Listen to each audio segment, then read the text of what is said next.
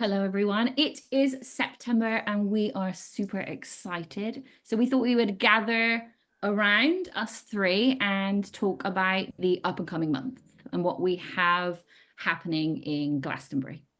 Oh, and as you see us all on three little screens now in three different places around the country, we will be sat in one room together, all three of us. So yeah, that's the thing that I'm most excited about. So 21st to 22nd September, the three of us will be together with you, hopefully.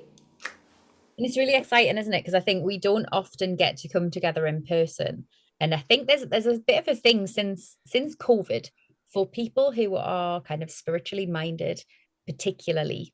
I wonder if we ever came together in person, but that's by the by. Since COVID, we tend not to. We've gotten so used to connecting with like-minded souls online through little boxes, through little screens that we see to wherever you are in the world. And there is such a wonder in that. I love that I can come together with the two of you who are hundreds of miles away from me and talk to you as though you were just sat next to me on the sofa.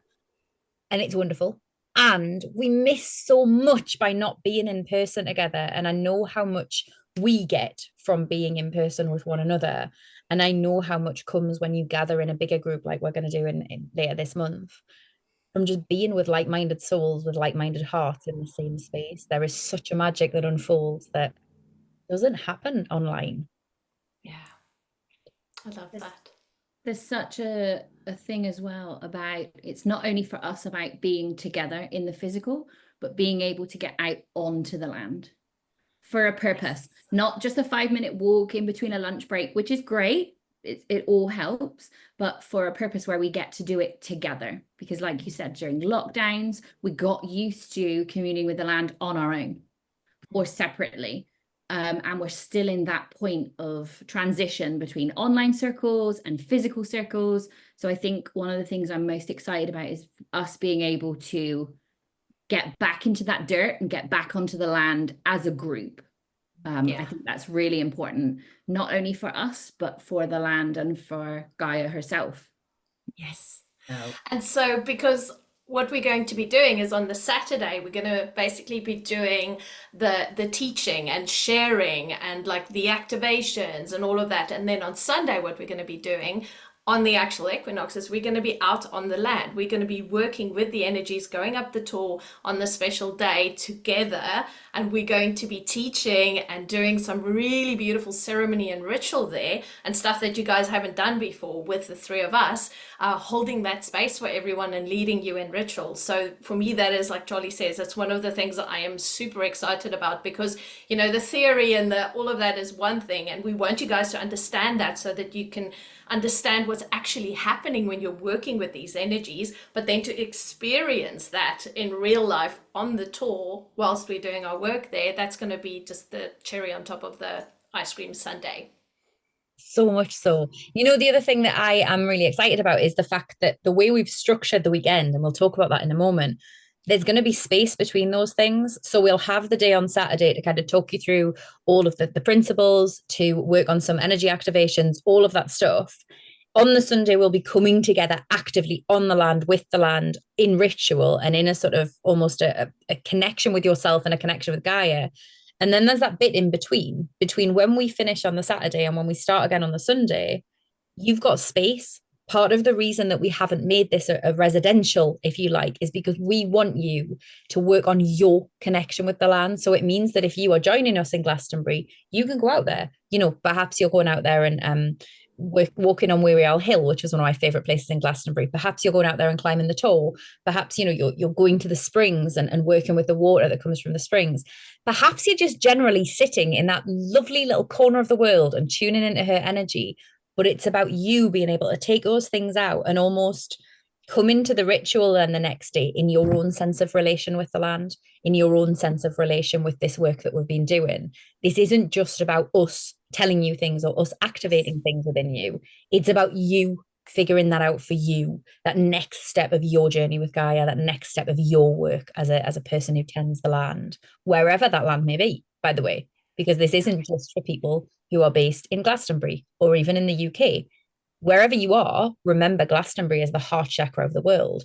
So she's pumping out energy and bringing back in energy from all over this beautiful planet. you will find a home as a tender of the land on this weekend with us.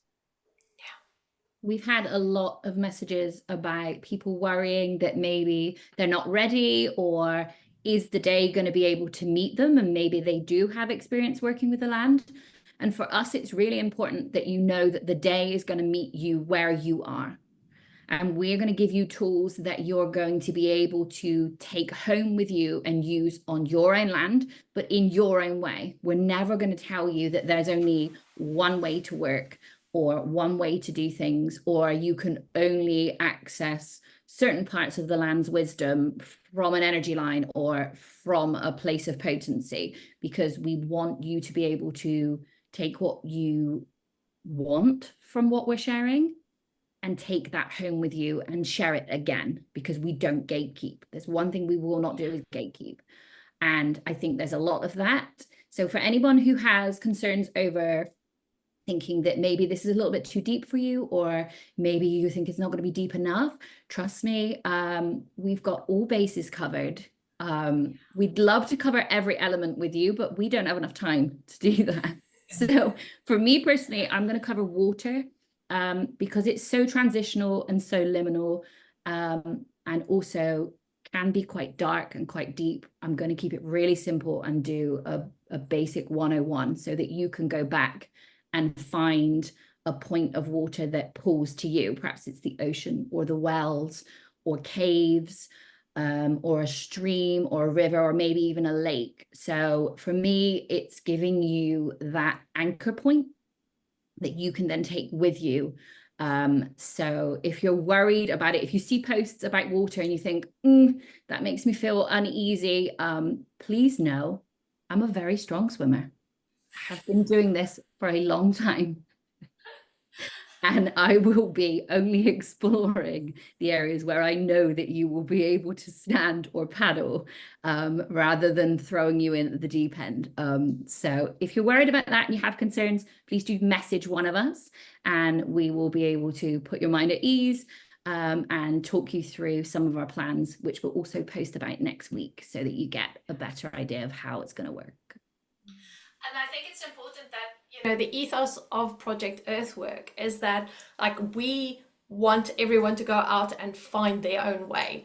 Like, we will never be prescriptive, like Charlie said. This is really important for us because all of the work that we are doing is giving you groundwork and then you build upon that. And that is really important for me because we don't want anyone to look at us and go, how do I do that? We want you to basically start being creative about it. We want you to actually feel empowered enough to go, this is how I'm going to do ritual. This is how I'm going to work with the earth, because it's unique. If you look at the videos that we've made about how each and every single one of us work differently with the energies, we don't work the same with the energies, and that's what we want you guys to do. You have to find your own way. So we'll give you ideas and information and all of that, but we want you to find your own way. So how you work with the land, how you interact with the ley lines, how you actually get into, like, going deeper into Mother Earth and working with Gaia, the Great Mother. I mean, that is all up to you. So that's what we really here to hold space for you for, is to go, okay, so find your way through all of this. Because we never want you to look at us and go, this is how it has to be done, because that's not what we are about. Yeah.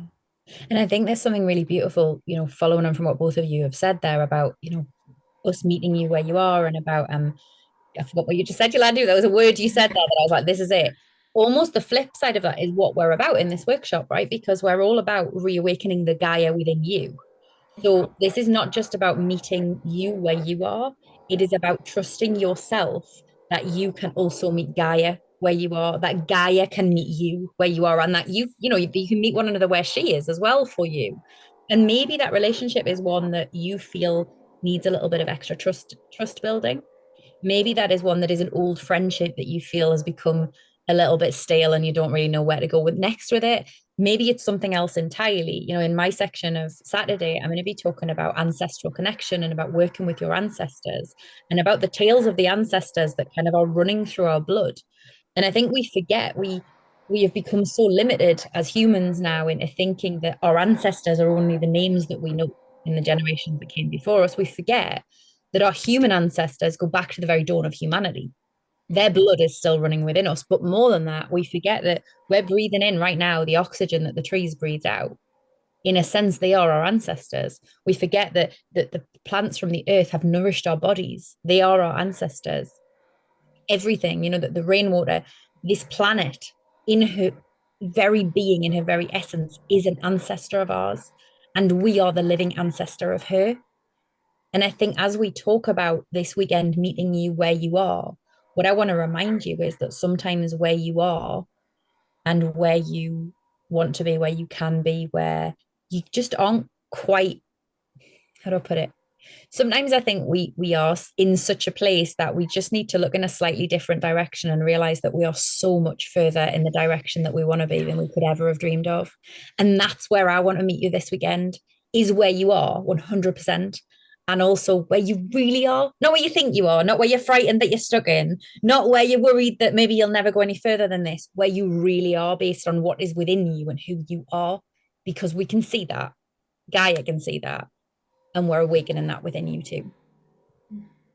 Yeah, this weekend is about trusting yourself, trusting the land to hold you, trusting the person in circle next to you. We hold a beautiful circle, a sacred circle. It's not a circle that we guarantee safety in, because safety means different things to different people, but it is a circle that will hold you in all levels, in all spaces, and in all the ways, however you show up.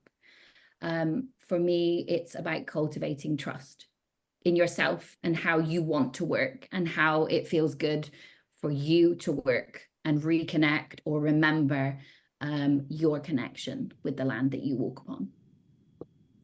And then just on the logistical side, if we had some questions about like accommodation and where should I stay and all that good stuff. So we're going to be working at the Goddess Temple right in the middle of Glastonbury, right? So that's where we're meeting on Saturday. So there are loads of places to stay. Airbnb, booking.com, there's a Premier Inn, there's a travel lodge, there's all sorts, right? You can camp, you can stay in a B&B, whatever you want, right? So it's all over there. If you're stuck, whatever, do let us know, but it's really simple.